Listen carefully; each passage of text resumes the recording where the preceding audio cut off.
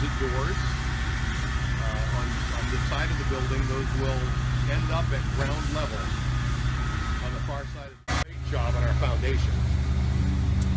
But there are also metal plates in each of those blocks, and the metal plates are where the building is welded to the foundation. You'll notice that there are drain holes up in the top. That's again that drainage coming off the roof.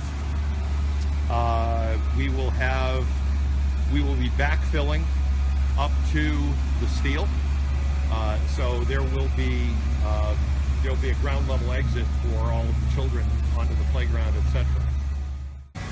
And we will have a totally enclosed and secured with exit doors and keys, etc. Building, maybe even before the sun sets. But each one of those doors will exit onto its own playground, which is going to have its own age-appropriate equipment.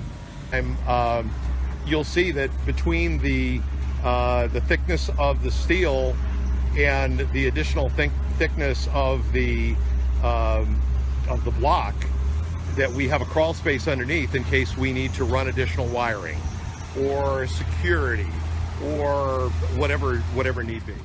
At any rate, so basically they're going to do this same thing with 5 more 1,000 square foot modules, and by the time we're done, we're going to have, you won't see that steel, you won't see that block.